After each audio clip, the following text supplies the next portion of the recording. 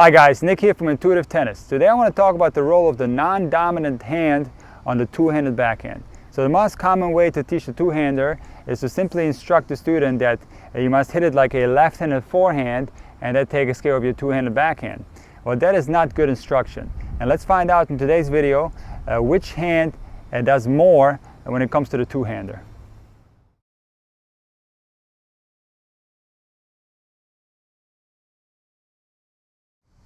So to fully understand which hand is doing more on the two-handed backhand, we must take a look into where the power comes from. And the power on the two-handed backhand comes from the rotation and the contraction of the arms. And so if you take a look on this shot, we're going to start rotating in the forward phase of the swing.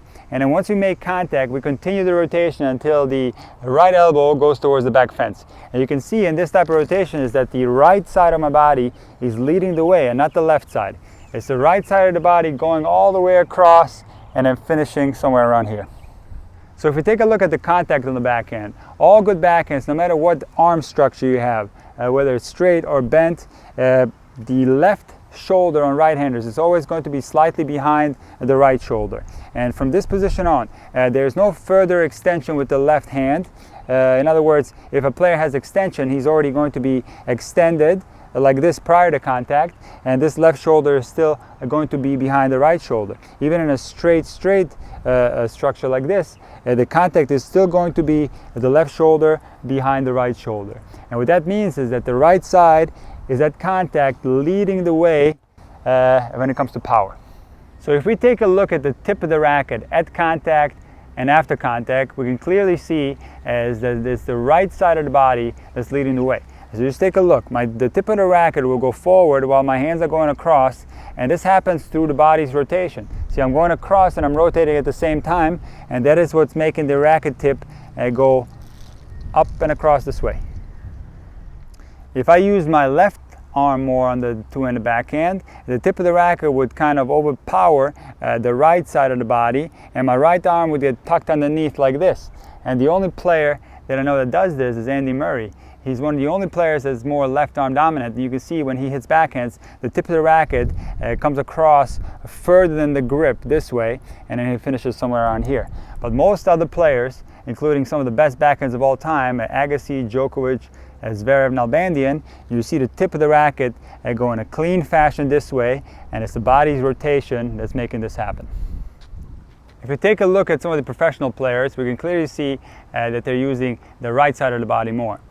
For example, Bjorn Borg, one of the greatest topspin backhands back in the day, he would hit the backhand like this. He would make contact with two hands. That's a great stability, even back then. And then he would let go of the racket with his left arm and finish with one arm like this.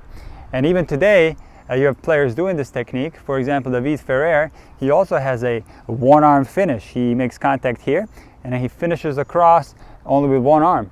So it is clear to see that the power cannot come from the left side on those players if they're only finishing with one arm like this. However, there is one circumstance where we do indeed use the left hand more on the two-handed backhand, and that is in an open stance backhand. And the reason is, in an open stance backhand, the shoulders are going to be more parallel to each other. So from here, we're going to be more pulling the racket across with the left side of the body. And especially if we are reaching and we're getting pulled way out of our strike zone. Now from here we have no chance to pull across this way, and we're going to have to use the non-dominant arm to help the ball over the net like this.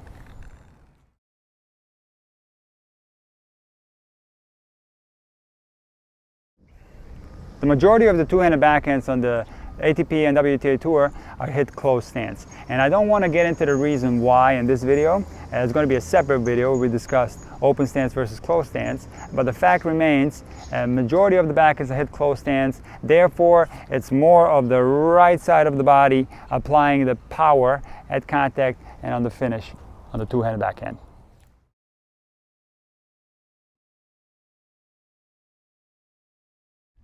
Thank you so much, guys, for watching this video. Please leave a comment in the section below. Hit that like button and subscribe if you haven't already. We'll see you next time.